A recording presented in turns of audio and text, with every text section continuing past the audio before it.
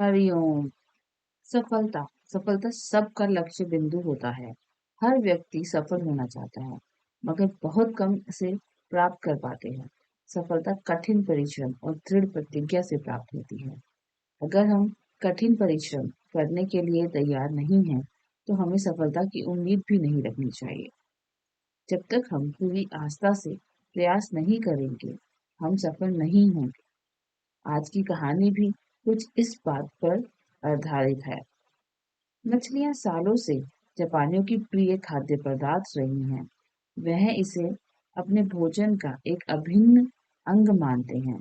ताजी मछलियों का स्वाद उन्हें बहुत पसंद है, लेकिन तटों पर मछलियों के अभाव के कारण मछुआरों को समुद्र के बीच जाकर मछलियां पकड़नी पड़ती हैं। शुरुआती दिनों में जब मछुआरे मछलियां पकड़ने बीच समुद्र में जाते, तो वापस आते आते बहुत देर हो जाती और मछलियां बासी हो जाती। यह उनके लिए एक बड़ी समस्या बन गई, क्योंकि लोग बासी मछलियां खरीदने से कतराते थे। इस समस्या का निराकरण मछुआरों ने अपनी बोट में फ्रीजर लगवाकर किया। वह मछलियां पकड़ने के बाद उन्हें फ्रीजर में डाल देते थे। इससे मछलियां लंबे समय तक ताजी बनी रहती थी। लेकिन लोगों ने फ्रीजर में रखी मछलियों का स्वाद पहचान लिया। वह ताजी मछलियों की तरह स्वादिष्ट नहीं लगती थी। लोग उन्हें खास पसंद नहीं करते थे और खरीदना नहीं चाहते थे। मछुआरों के मध्य इस समस्या का हल निकालने के लिए फिर से सोच विचार की प्रक्रिया प्रारंभ हुई। आखिरकार इसका हल भी मिल गया। सभी मछुआरों ने अपनी बोट में फिश टैंक बनवा लिया।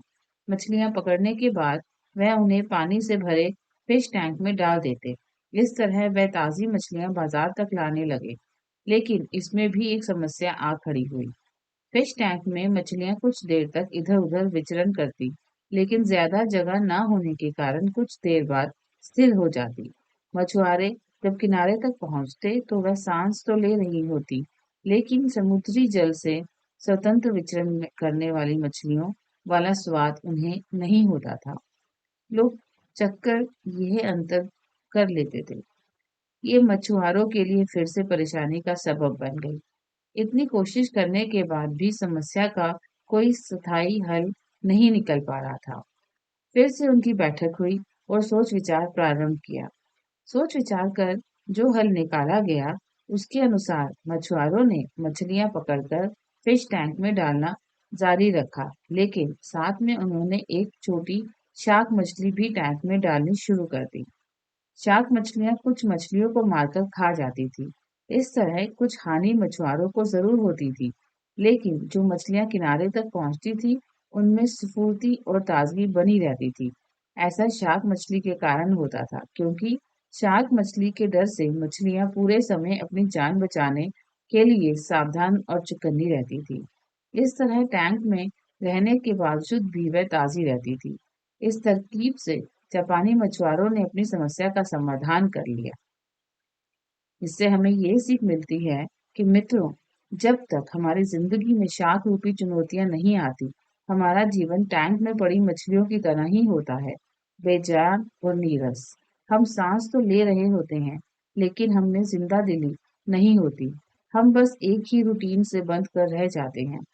धीरे धीरे हम इसके इतने आदी हो जाते हैं कि चुनौतियां आने पर बड़ी जल्दी उसके सामने हम दम तोड़ देते हैं या हार मान लेते हैं। धीरे धीरे चुनौतियों और मेहनत के डर से हम बड़े सपने देखना छोड़ देते हैं और हालातों से समझौता कर साधारण जीवन व्यतीत करने लगते हैं। यदि जीवन में बड़ी और असाधारण सफलता हासिल करनी है, तो बड़े सपने देखने होंगे। सपनों को वास्तविकता में परिवर्तित करने के लिए कड़ी मेहनत करनी होगी। चुनौतियों का सामना करने के लिए खुद को तैयार करना होगा। तभी बड़ी और असाधारण सफलता की प्राप्ति होगी। हरिओम।